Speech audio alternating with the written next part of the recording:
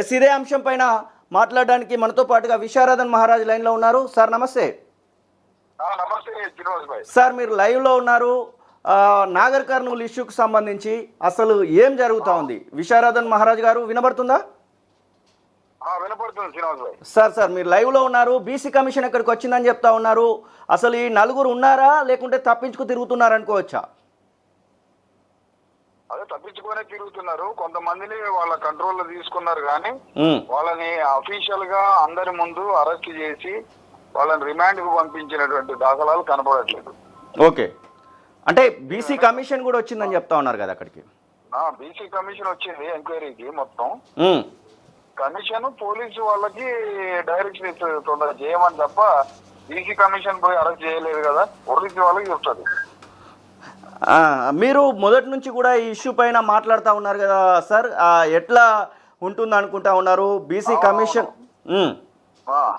మీరు మొదటి నుంచి కూడా బాధితుల పక్షాన అక్కడ మాట్లాడుతూ ఉన్నారు కదా. అవును, ఇష్యూని బయటికి తీసి ఆ రోజు చాలా పెద్ద ధర్నా చేసింది బీసీఎస్సీ చేసి డిఎస్పీ ఆధ్వర్యంలోనే జరిగింది. తద్వారానే ప్రపంచానికి తెలిసింది. ఆ రాత్రి మేము దాదాపు 7 గంటలకి రోడ్డు మీద కూర్చొని 11:30 వరకు చేయడం జరిగింది, 12 వరకు. ఓకే, మళ్ళీ అక్కడి నుంచి పోలీస్ స్టేషన్ పోయి అక్కడ పోలీస్ స్టేషన్ లో మొత్తం స్టేట్మెంట్ రికార్డ్ చేయించి ఎఫ్ఐఆర్ చేయించడానికి మళ్ళీ 3 వరకు జరిగింది.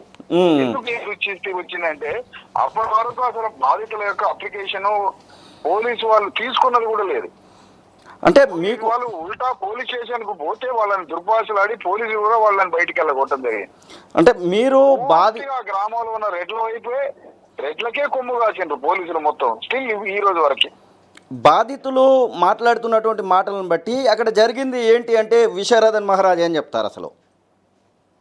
అంటే టోటల్ గా అసలు ఆ గ్రామంలో జరిగింది, వాళ్ళు అక్కడికి పోయారు. శివరాత్రి సందర్భంగా ఆ కుటుంబం పోయింది. ఆ కుటుంబం అంతా ఇంటర్ కాస్ట్ మ్యారేజ్. ప్రధానంగా ఆ కుటుంబం బీసీ చాకలి కులస్తుల కుటుంబం.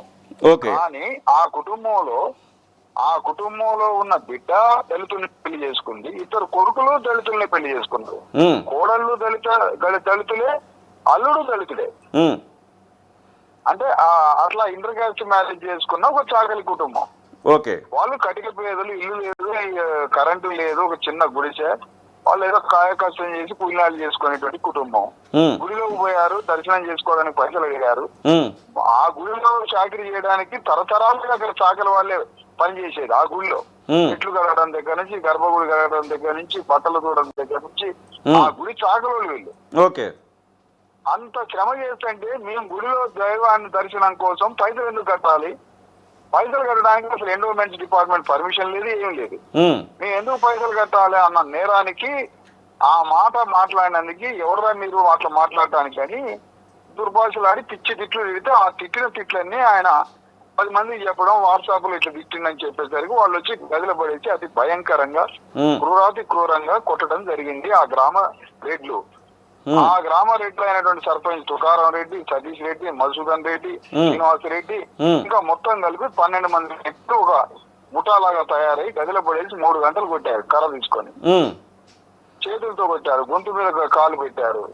ఆ ఇంట్లో మొన్ననే 2 నెలల క్రితమే ఆ కొడుకు, ఆ అబ్బాయి గణేష్ వాళ్ళ వైఫ్ డెలివరీ అయింది. 2 నెలల క్రితమే పాప జన్మిస్తే కొట్టబాకండి, మా ఆయన కొట్టబాకండి అంటే ఆ పాపను తీసుకుపోయి ఈ పాప ముఖాన్ని చూసి అన్న కొట్టబాకండి అంటే ఆ గణేష్ భార్యను కొట్టారు. పాపని అక్కడ పెడితే కాళ్ళతోటి పాపను తన్నిండ్రు. ఏంటి సార్ అసలు పోలీసుల నుంచి 2-3 రోజుల తర్వాత పాలు తాగడం అయ్యేసి జ్వరం వచ్చి క్రమేణా సరిపోయింది. పోలీసుల రెస్పాన్స్ ఏంటి? ఇప్పుడు వీళ్ళని అరెస్ట్ చేస్తారంటారా లేకపోతే వీళ్ళు నిర్దోషులుగా చెప్పేటువంటి ప్రయత్నం ఏమైనా జరుగుతా ఉందా?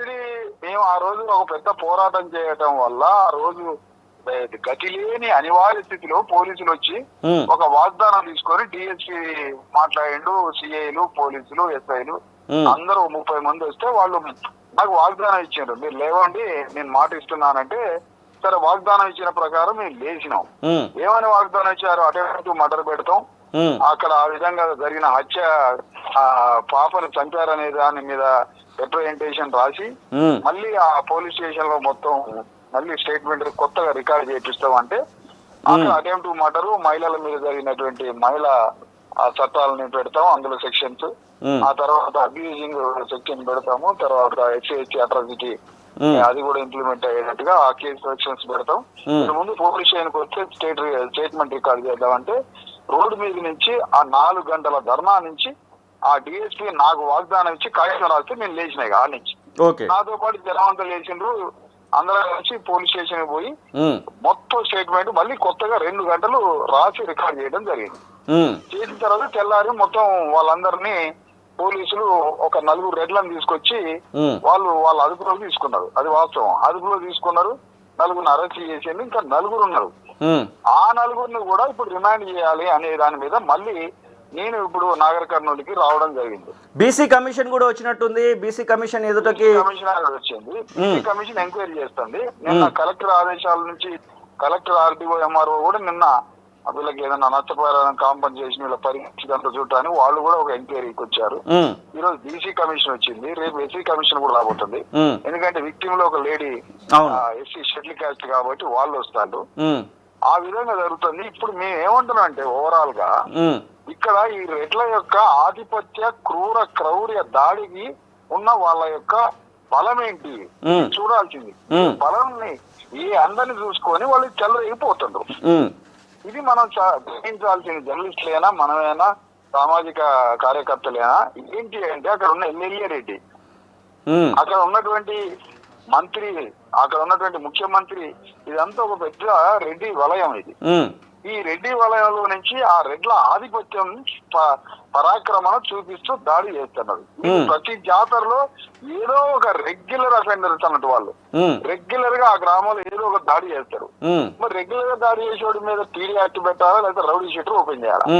రౌడీ షీటర్లు రాష్ట్రంలో ఎవరి మీద ఓపెన్ చేస్తారు?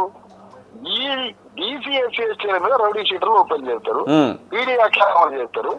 రౌడీ షీటర్లు లాగా పోయినా మా సొంత పనుల కోసం ఎవరి మీద గొడవలకు పోతాం అంటే మమ్మల్ని ఎవరో ఆపరేట్ చేస్తే మా పిచ్చులు ఇరుక్కుంటే మా మీద రౌడీ షీట్ ఓపెన్ చేస్తారు.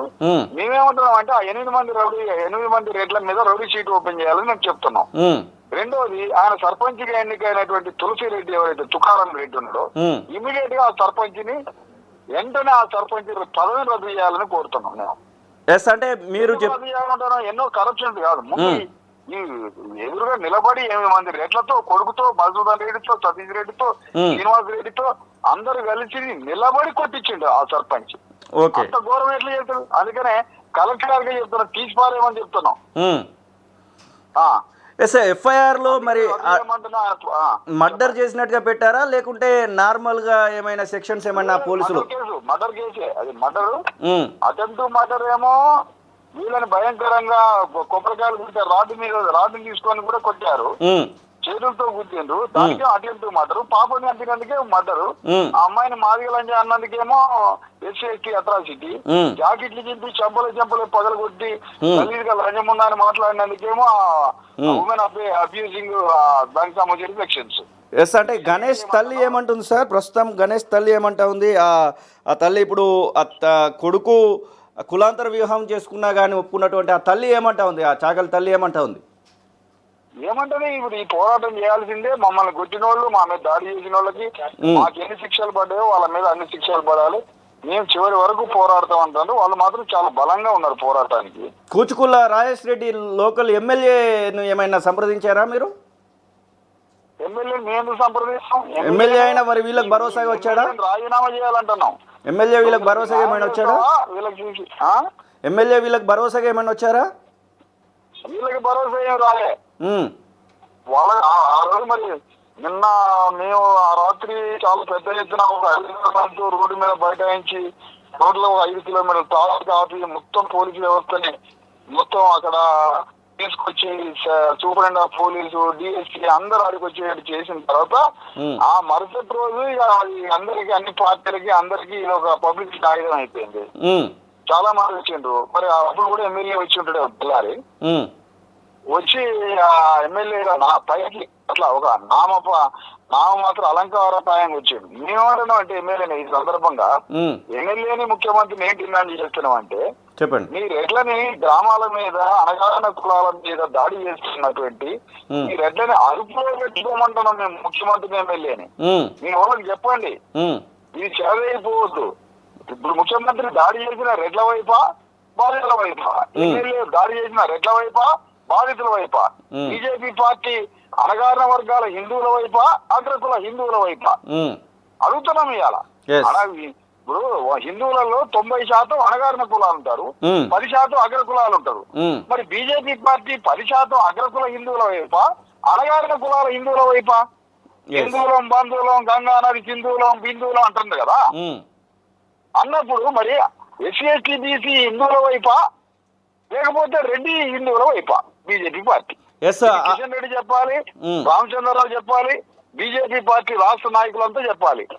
హిందూ మతంలో అణగారిన కులాల హిందువులు ఉన్నారు, అగ్రకుల హిందువులు ఉన్నారు. అవును, బీజేపీ పార్టీ అణగారిన కులాల హిందువుల వైపా అగ్రకుల హిందువుల వైపా? ఇది తేల్చాలి. ఇది తేల్చకపోతే బీజేపీ పార్టీ దిష్టి బొమ్మ తగలబెడతాం. ఈ ఏరియాలు కూడా రానియం, ముందే చెప్తున్నాం. పార్టీ కేసీఆర్ తెలంగాణ అంటున్నాడు. తెలంగాణలో ఉన్న పేద ప్రజలు తెలంగాణ వాళ్ళ వైపా ధనవంతుల తెలంగాణ వాళ్ళ వైపా? రెడ్లు ఉన్నటువంటి తెలంగాణలో రెడ్లు ఉన్నటువంటి వాళ్ళ వైపా ఇదే తెలంగాణలో ఉన్న కుణ్యాలు చేసుకునే బీసీఎస్ఏల వైపా? ఎవరి వైపు? TRS party. కేటీఆర్ ఎందుకు మాట్లాడలే?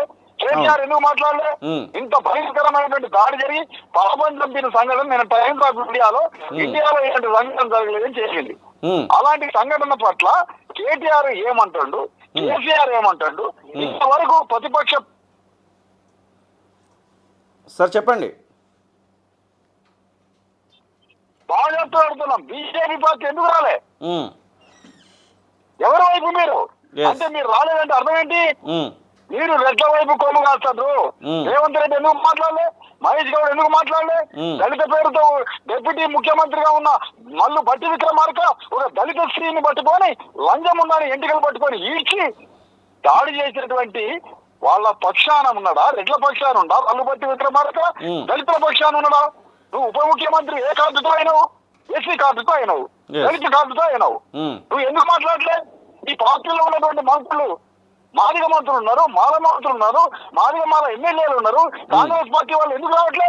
ఆ రోజు టీఆర్ఎస్ ప్రభుత్వంలో మరియమ్మ మీద దాడి జరిగితేనేమో ఈ ఉప ముఖ్యమంత్రి పోయి పోరాటం చేసిండు టీఆర్ఎస్ ప్రభుత్వంలో. ఇవాళ నీ ప్రభుత్వంలో కర్రరాయిస్ మీద దాడి జరిగితే తప్పించుకున్నావు. నిన్న గణేష్ మీద, సాగుల మీద, మాదేశీ మీద దాడి జరిగితే నిన్న తప్పించుకున్నావు. అంటే ఇదే నా మీ పని.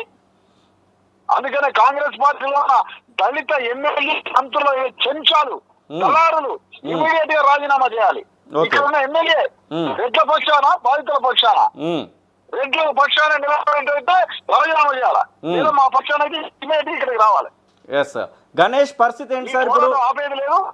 ఇది చివరికి శిక్షలు పడి వాళ్ళకి జీవిత ఖైదు పడి అటెంప్ట్ మర్డర్ పాపం చంపిన మొత్తం రెడ్లని ఉరి శిక్ష ఇచ్చే విధంగా ఊరి శిక్ష పడేంత వరకు మేము పోరాడతామని హెచ్చరిస్తాను. గణేష్ పరిస్థితి ఏంటి సార్? దాడిలో గాయపడ్డటువంటి గణేష్ పరిస్థితి ఏంటి? ఆ పాప తండ్రి ఏమున్నది? పాపం అతను ఒక వికలాంగుడు, ఆరోగ్యం బాగాలేదు, కిందికి వెళ్ళలేదు. అమ్మ పాప వెళ్ళిపోయిన ఏ పాప అయితే దివ్య మౌనిక తల్లి కూతురుందో ఆ తల్లి ఇంతవరకు అన్నం మెతుకు ముట్టట్లేదు. ఇంకా కదా పడిపోయింది. కూతురుని పోగొట్టుకుని ఉంది కదా. ఎట్లా తింటుంది అన్న చెప్పండి? అవును.